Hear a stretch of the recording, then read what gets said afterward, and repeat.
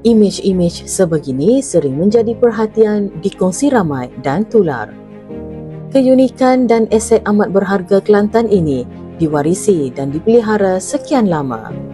Di bawah dasar membangun bersama Islam yang dimulai almarhum Tok Guru Ni Abdul Aziz Nikmat, kemudiannya diteruskan Datuk Ahmad Yaakob dan kini di fasa penghayatan membangun bersama Islam PMBI di bawah teraju Datuk Panglima Perang Ustaz Datuk Muhammad Nasruddin Daud, kesejahteraan dan keharmonian antara kaum kukuh terpelihara.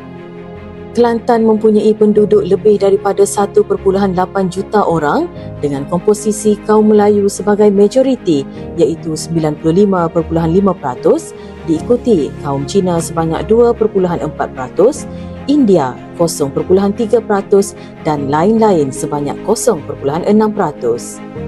Walaupun perbezaan nisbahnya sangat ketara, perpaduan di Kelantan tetap unggul dan hidup harmoni.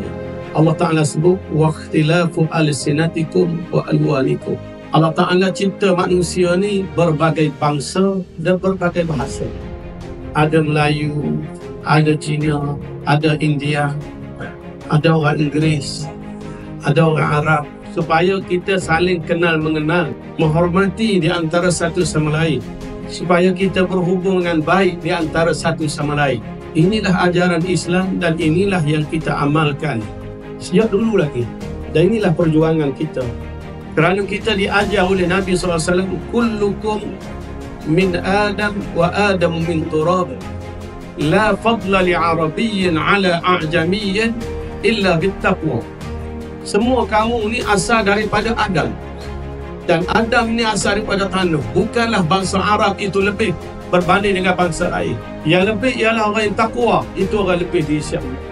Di bumi Serambi Mekah ini terdapat 600 rumah ibadat termasuk masjid, toko, wad, kuil, gereja dan gurdwara yang sama sekali tidak menafikan hak beragama sebagaimana yang diperuntukkan di bawah perkara 11 Perlembagaan Persekutuan.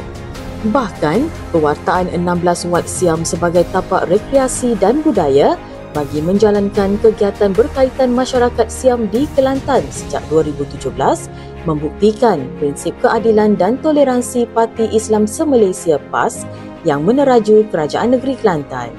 Usaha perpaduan antara kaum di Kelantan diperkukuhkan melalui Pusat Integrasi Antara Kaum PEKA yang ditubuhkan pada 31 Mac 2017 sebagai jambatan antara kerajaan negeri, masyarakat pelbagai kaum dan NGO. Sejak 2018, peruntukan tahunan sebanyak RM1.5 juta diagihkan untuk program perpaduan dan kebudayaan kaum yang pelbagai. Bagi menjamin kepentingan dan keperluan kaum yang pelbagai, lantikan khas dalam pentadbiran seperti Pegawai Hubungan Luar di Pejabat Menteri Besar dan Urustia Penerangan dan Komunikasi Negeri Kelantan UPKN serta 76 penghulu tanpa mukim antara kaum dan ahli majlis pihak berkuasa tempatan bertujuan memastikan setiap suara diwakili, kebajikan dipelihara di setiap peringkat sehingga ke akar umbi masyarakat. Saya ni keturunan orang asli dan sebab itu saya nak sangat supaya mereka tahu bahawa Kelantan ini adalah tak betul apa yang mereka dapat daripada sumber-sumber yang tak resmi. Ratusan skim kebajikan dan bantuan sosial yang dihulurkan kerajaan negeri sama sekali tidak mendiskriminasikan kaum bukan Melayu dan bukan Islam. Tawaran kebajikan seperti skim takaful kifalah untuk warga emas, armalah untuk ibu tunggal, gerbang azziwaj sumbangan kepada pasangan pengantin baru dan sumbangan makanan asas bulanan skim Al-It'am turut diagihkan kepada semua tanpa mengira agama dan bangsa. Di atas prinsip keadilan dan kesejahteraan hidup, Kerajaan Negeri Kelantan telah menyediakan seluas 15.38 hektar di Kerila Tanah Merah untuk 194 bekas pekerja ladang pelbagai kaum. Sebelum itu, di era almarhum Tok Guru telah diberikan kelulusan membina kuil Arul Migu Siva Subramaniar di Jalan Hamzah Kota Baru pada tahun 2004 dan kuil Sri Tirumurugan di Kuala Kerai pada tahun 2006. Kemudiannya, dataran dan pintu gerbang Cheng Ho di Jalan Kebun Sultan didirikan sebagai simbol penyatuan dan keharmonian kaum di tengah-tengah bandar Kota Baru. Memang betul, orang cakap orang sini orang manis. Baru kita tahu orang-orang India di sini best. Tapi saya suka, baru kita ada mari di Kelantan ini, sukalah. Tak ada apa berbeza, bagus. Hak sosioekonomi penduduk bukan Islam diberikan ruang seadilnya dengan memperkenalkan restoran khas untuk masyarakat bukan Islam berniaga di premis makanan yang menawarkan arak dan babi. Kewujudan pasar Pokok Pinang di tengah bandar Kota Baru yang menjual daging babi segar untuk penduduk tempatan sama sekali tidak menggugat keharmonian kaum sekaligus menunjukkan sikap toleransi yang tinggi dalam kalangan penduduk.